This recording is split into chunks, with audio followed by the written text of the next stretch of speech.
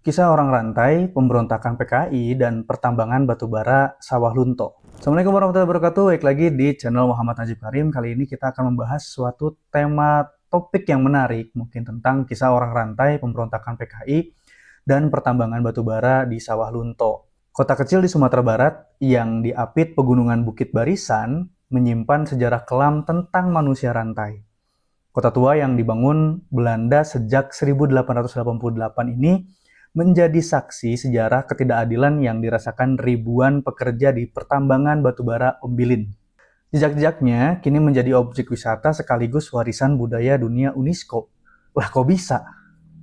Pada tahun 1585, Insinyur C. de Groot van Emden, seorang geolog Belanda, mendapat tugas langsung dari Gubernur Jenderal Hindia Belanda, Peter Meijer, untuk meneliti kandungan mineral di pedalaman Minangkabau.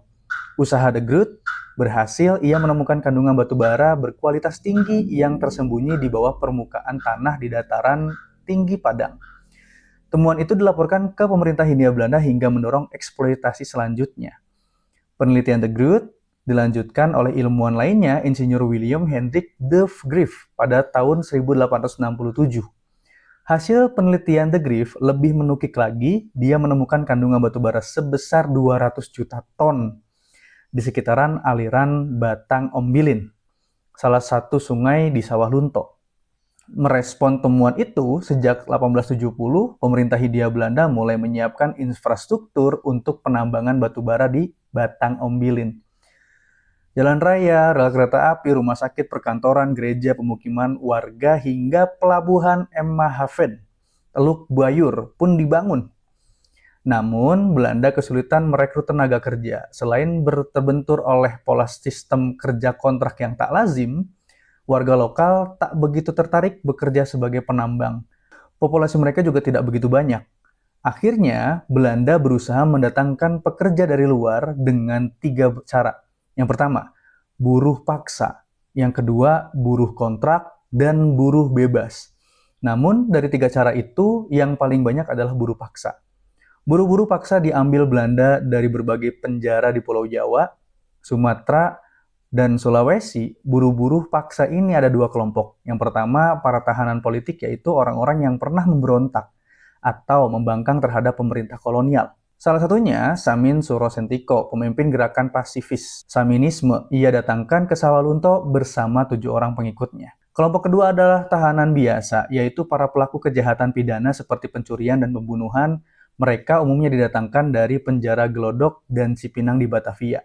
Karena status mereka sebagai tahanan, para buruh paksa ini digiring dari barak penampungan menuju terowongan bawah tanah dengan kaki, tangan, dan leher dibelenggu dengan rantai besi. Tujuannya untuk mencegah mereka melarikan diri atau melakukan perlawanan.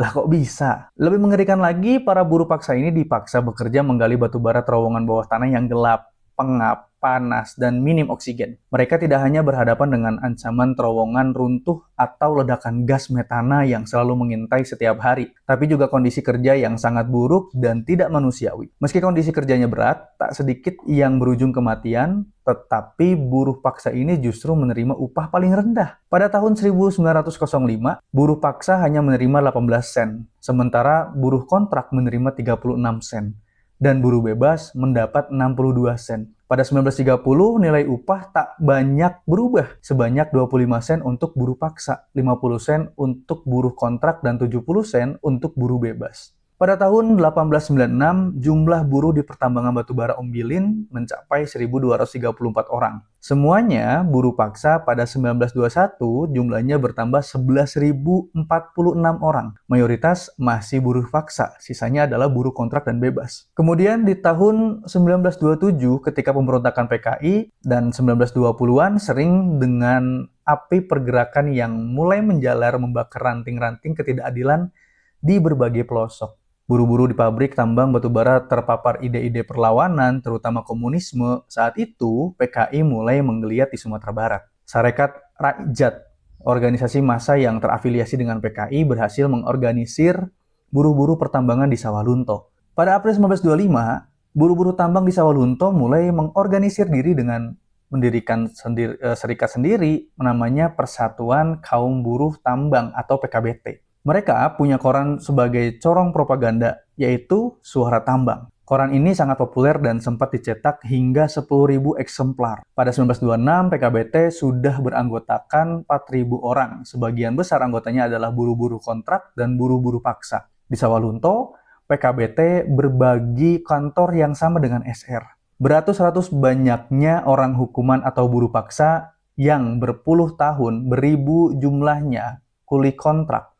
Sekalian mereka itu sama mendapat hadiah pukulan anugerah tendangan, karena maklumlah pembaca bahwa tambang ini kepunyaan pemerintah. Tulis Suara Tambang edisi April 1925. Melalui PKBT, para buruh tambang memperjuangkan hak-haknya di Pulau Jawa, PKI, dan Sarekat Rakyat. Di Pulau Jawa, PKI dan Sarekat Rakyat mulai meramaikan di kabar nasib buruk buruh tambang Sawalunto di media massa.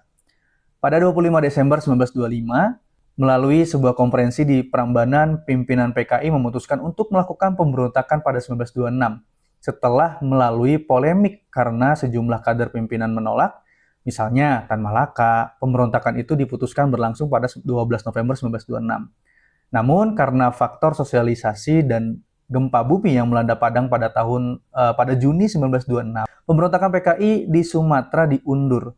Pada Desember 1926, para pimpinan PKI di Sumatera memutuskan pemberontakan di Sumatera dimulai pada 1 Januari 1927. Silungkang, sebuah daerah di Sawalunto, diputuskan sebagai pusat pemberontakan. Pada 31 Desember 1926, ketika seantero dunia sedang menunggu pergantian tahun, PKI Sumatera mulai menyiapkan pemberontakan. Ribuan orang bersenjata parang, tombak, dan senjata rakitan bergerak. Dua opsir Indonesia yang bekerja sebagai serdadu di Garnisun Sawalunto, yaitu Sersan Mayor Pontoh dan Sersan Rumuat, menyatakan bergabung dalam pemberontakan. Para buruh tambang yang tergabung dalam PKBT menjadi tulang punggung pemberontakan ini. Pada 1 Januari 1927, pemberontakan dimulai. Kabel telepon dan telegram yang menghubungkan Sawalunto Padang dipotong. Jalur kereta api juga disabotase. Tak hanya itu, para pemberontak yang dipimpin Mayor Pontoh dan Sersan Rumuat menyerang pos polisi dan ruang dansas pejabat kolonial. Mereka juga menyerbu gudang senjata dan penjara. Banyak senjata berhasil direbut. Semua tahanan berhasil dibebaskan. Seorang perwira Belanda, Letnan WFHL Simon, yang memimpin pasukan dari Bukit Tinggi, tewas di tangan pemberontak. Pemberontak bergerak hingga 3 Januari 1927. Esok harinya, pemimpin Belanda mengirim bala tentara untuk menumpas pemberontakan. Korps Marsose dari Padang dan Padang Panjang bergerak ke Silungkang.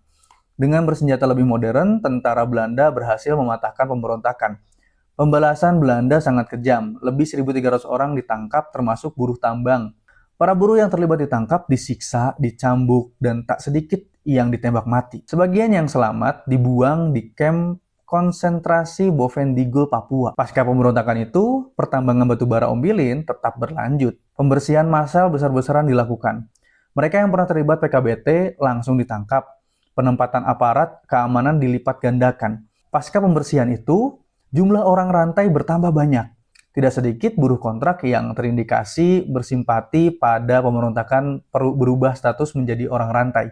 Pada 1929, operasi pertambangan batubara Ombilin sempat berdampak oleh krisis ekonomi. Pada tahun 1942, Jepang mengambil alih Nusantara dan Belanda, termasuk Sawalunto. Di bawah kendali Jepang, status orang rantai dihapuskan, namun kondisinya tak lebih baik karena mereka diperlakukan sebagai romusa. Pasca kemerdekaan, pemerintah mengambil alih pertambangan ini, namanya kemudian berubah menjadi Perusahaan Negara atau PN Tambang Batubara pada tahun 1990. Pengelolaan unit pertambangan Ombilin dialihkan sepenuhnya ke bawah manajemen PT Tambang Batubara Bukit Asam atau PTBA kalau misalkan sekarang kita ketahui. Namun, perlahan cadangan batubara di pertambangan terbuka Ombilin ini menipis. Selain itu, hanya tambang bawah tanah yang terus beroperasi. Namun cadangan batubara di Ombilin diperkirakan masih sekitar 102 juta ton. Pada 2007, saat restorasi dari pembukaan kembali terowongan tua untuk objek wisata, ada banyak penemuan struktur tulang dan tengkorak yang diduga orang rantai. Salah satu lubang tua yang diberi nama Mbah Suro, nama seorang mandor orang rantai, diperkirakan punya panjang 1,5 kilo. Namun, panjang terowongan itu yang sudah direstorasi dan aman untuk dijelajahi wisatawan baru 186 meter.